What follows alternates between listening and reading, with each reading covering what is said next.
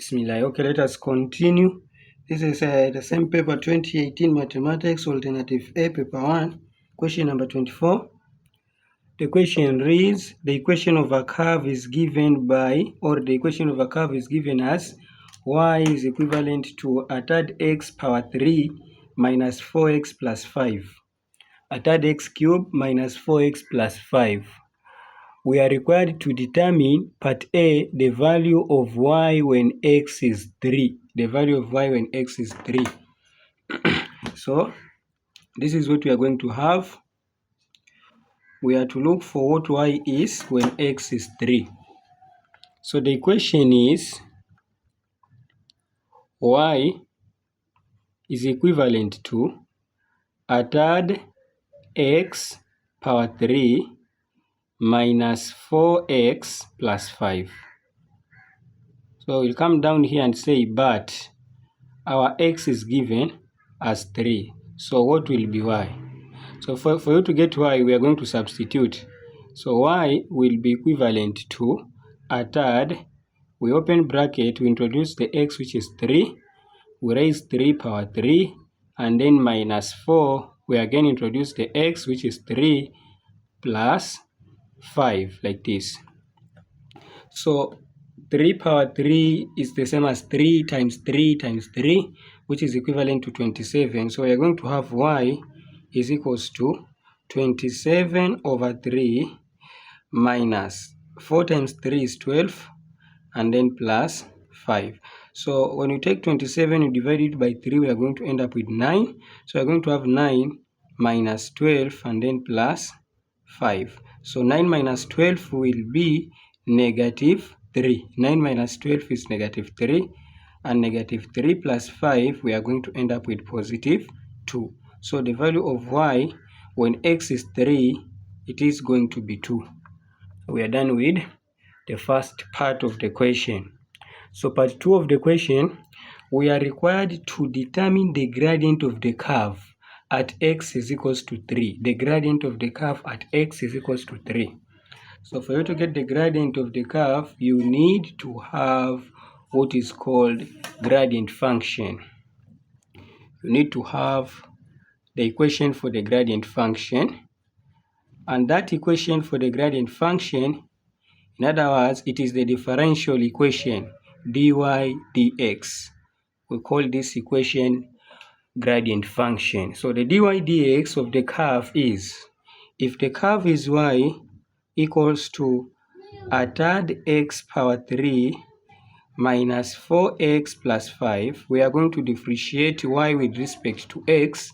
So the dy dx becomes, so we take this 3, drop it down. A third times 3 will be 1.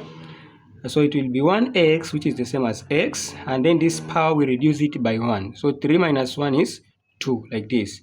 And then this one was 4x power 1. We drop down the 1, which will be 1 times 4. This gives us 4, so it will be negative 4. And then the 1, we subtract 1 to the power, which will give us 0. And any number raised to power 0 is 1. So the differential equation will be x squared minus 4. X squared minus 4. So for you to get the gradient, if we have the differential function, we substitute for x in the dy dx. So the gradient becomes x squared minus 4. But we are being told the value of x is 3. The gradient of the curve at x is equals to 3. So we are going to talk of 3 squared minus 4. 3 squared is 9, and 9 minus 4, we are going to have a gradient of 5. So we are done with part 2 of the question. The gradient at that point where x is 3, the gradient of the curve will be equal to 5. Meaning part C of the question, we are to determine the turning points of the curve and their nature. The turning points of the curve and their nature.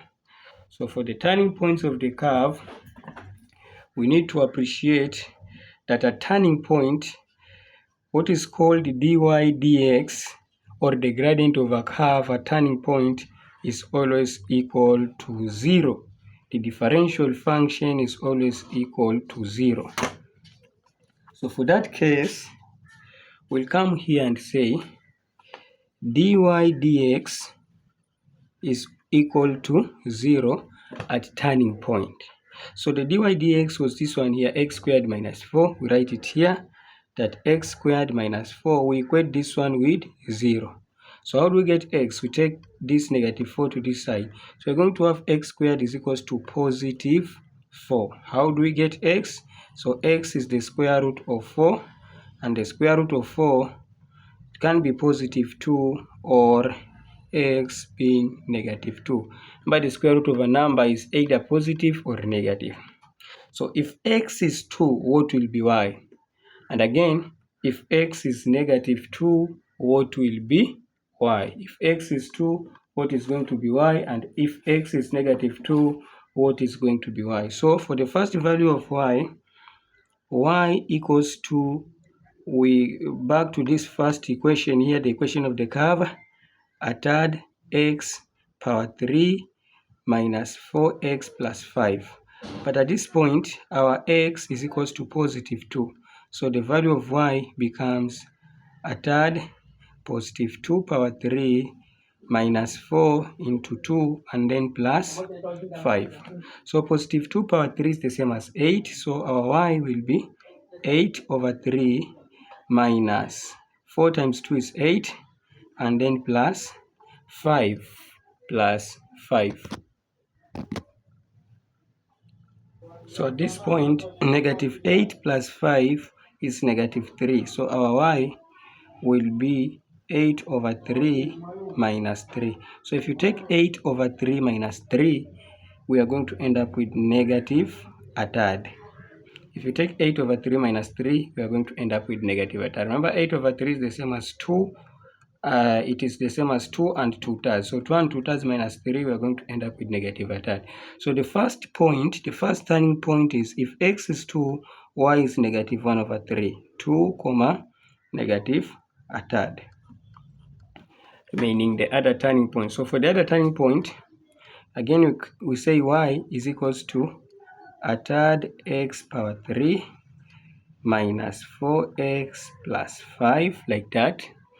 But our x is now negative 2, not positive but negative 2. So the value of y, we are going to have a third x is negative 2 power 3 minus 4 into negative 2 and then plus 5, like that, plus 5. So negative 2 power 3, we are going to have negative 8.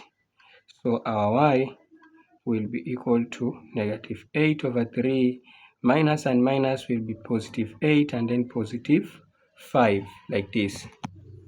So at this point, our y will be negative 8 over 3 plus 13. Remember, 13 is 8 plus 5 is 13. So this brings us to something which is 31 over 3, giving us 10 and a third.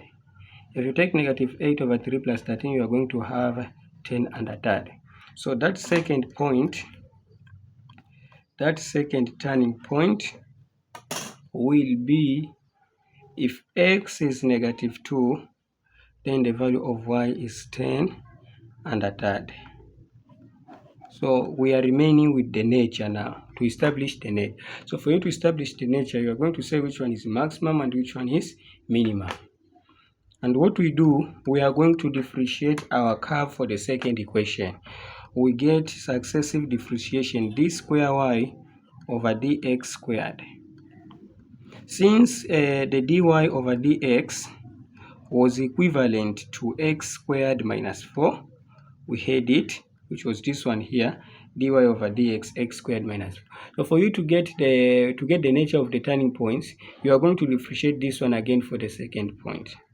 And if your d square y over dx squared is greater than 0, so that point is referred to as the minimum point.